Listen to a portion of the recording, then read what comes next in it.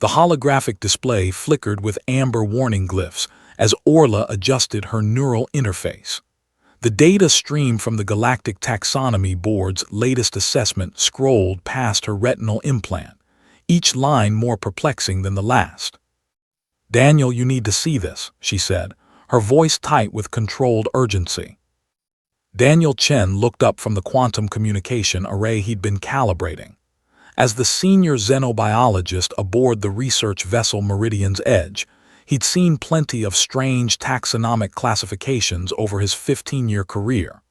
But the expression on Orla's face, part confusion, part something close to fear, made him abandon his work immediately. "What am I looking at?" he asked, moving to stand beside her console. Orla magnified the relevant section. The Galactic Standard script translated instantly into Mandarin for Daniel's benefit: species, Homo sapiens, classification, combat rating error, value exceeds measurement parameters, recommendation, diplomatic relations only, military engagement contraindicated. "That's impossible," Daniel muttered. "The GTB's combat assessment scale goes up to class Omega 12. The Crithian hive mind barely registers at Omega 9, and they glassed 3 planetary systems during the expansion wars." "That's what I thought." Orla pulled up the full report, her fingers dancing across the haptic interface. "But look at the submetrics. Every single combat parameter registers as incalculable." Daniel leaned closer, his breath fogging the hologram's edge. The data was meticulous, as always with GTB assessments. They'd evaluated humanity across 17 different combat vectors: individual lethality, tactical adaptability, strategic innovation, technological escalation potential, psychological warfare capacity, and a dozen others. Every single category showed the same result: error beyond measurement scale. "There has to be a glitch in their assessment AI," Daniel said, though his voice lacked conviction.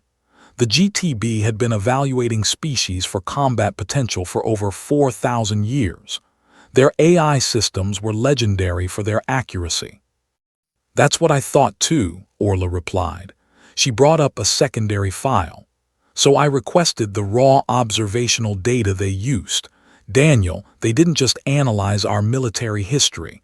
They ran predictive combat simulations." The hologram shifted to show a compilation of scenario outputs. In simulation after simulation, human forces faced off against various galactic powers. The results were disturbing in their consistency. In every conventional warfare scenario, humanity either won decisively or, when facing overwhelming odds, escalated to methods that made victory meaningless for both sides. "They simulated us against the Vrelian Dominion," Orla whispered. The Vrelians were one of the 3 apex military powers in the known galaxy, with weapons that could destabilize stars. "We lost every fleet engagement, but in 78% of simulations, humans deployed relativistic kill vehicles against Vrelian home systems before their own planets fell." Daniel felt his stomach tighten. Relativistic kill vehicles, projectiles accelerated to near-light speed, were theoretically possible but considered too horrific for actual use. The kinetic energy involved would obliterate continents. That's mutually assured destruction. "Exactly." Orla's green eyes met his. "And according to the GTB's psychological models, humans don't just accept MAD as a deterrent. We invented the concept, then spent centuries refining it, building entire strategic doctrines around the willingness to ensure mutual annihilation rather than accept defeat." Daniel scrolled through more data. The assessment had examined human history with terrifying thoroughness. Every war, every conflict, every strategic innovation. They'd analyzed the Mongol conquests, the total war strategies of the 20th century, the development of nuclear weapons within decades of discovering atomic fission. "Look at this section," he said, highlighting a passage. They noted that humans are one of only 3 known species to develop strategic bombing, deliberately targeting civilian populations to break enemy morale, and we're the only species that did it before achieving spaceflight. It gets worse. Orla brought up another file. They analyzed our fiction, our entertainment. Daniel, we create stories where we fight aliens for fun. We have an entire genre dedicated to imagining conflicts with species we haven't even met yet. The report included analysis of thousands of human narratives, science fiction novels where humans fought back against impossible odds, video games where players commanded fleets against alien invasions, movies depicting last stands and desperate victories. The GTB's cultural assessment algorithms had flagged this as unprecedented. No other species devoted such creative energy to fantasizing about interstellar warfare. Cultural preparation for conflict, Daniel read from the report. The assessment AI believes our entertainment industry functions as distributed strategic planning. We're unconsciously wargaming scenarios and disseminating tactics through our stories. Orla pulled up a final document, the GTB's official recommendation to all member species. The text was stark and direct. Humanity demonstrates anomalous combat characteristics inconsistent with their technological development level. Species exhibits extreme adaptability in warfare, with documented ability to completely revolutionize tactical doctrine within single-generation timeframes. Pathological inability to accept defeat, with consistent historical pattern of escalation when losing. Unique capacity for sustained, total war mobilization, converting entire planetary economies to military production. Disturbing creativity in weapon development, including willingness to deploy ethically problematic technologies. Cultural valorization of underdog, victories, and last stands, suggesting deep psychological resistance to surrender. Conclusion: Homo sapiens represents an extinction-level threat to any species engaged in military conflict with them. Species is assessed as effectively undefeatable through conventional warfare due to willingness to escalate beyond all rational limits. Economic or diplomatic containment impossible due to rapid technological advancement and cultural emphasis on independence. Mandatory recommendation: pursue diplomatic relations exclusively. Under no circumstances initiate military action. Species must be treated as peer-level power regardless of current technological capabilities. Daniel felt a chill run down his spine. They're afraid of us. Not just afraid, Orla corrected. They ran projection models for humanity's development over the next 1,000 years. Even in the most conservative estimates, we become one of the dominant military powers in the galaxy within 5 centuries. In the aggressive projections, she trailed off. What do the aggressive projections show? Orla's hand trembled slightly as she brought up the final simulation.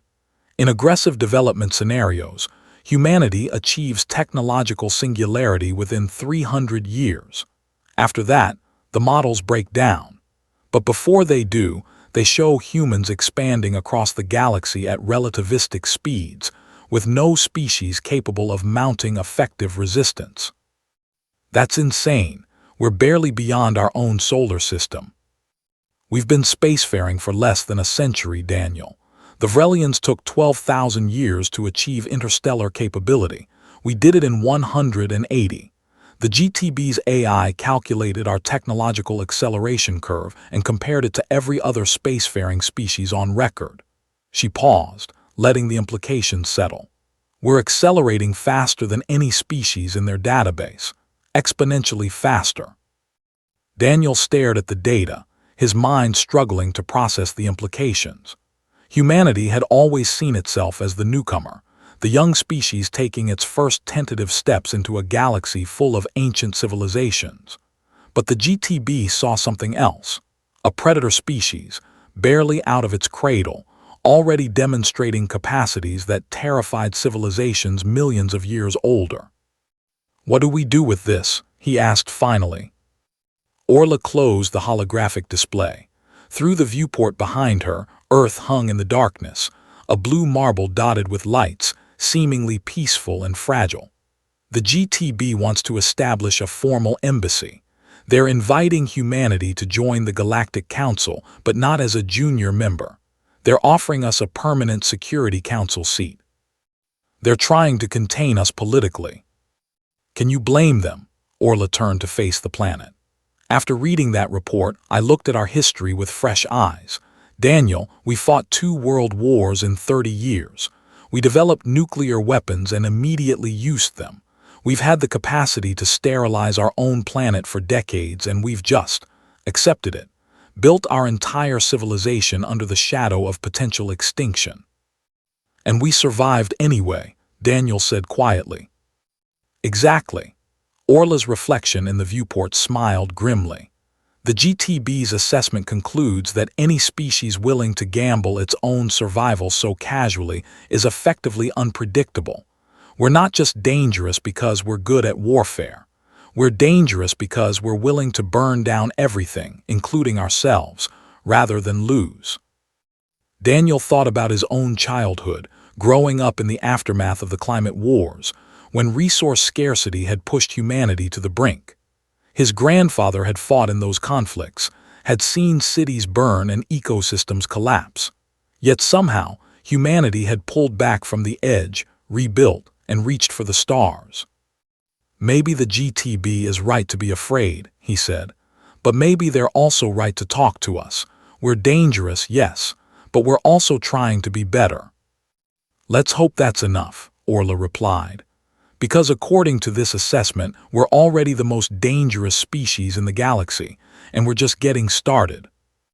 Outside the meridian's edge, Earth continued its ancient rotation, unaware that its children had just been classified as something unprecedented in galactic history, a species too dangerous to fight, too adaptive to contain, and too unpredictable to ignore. The age of human isolation was over.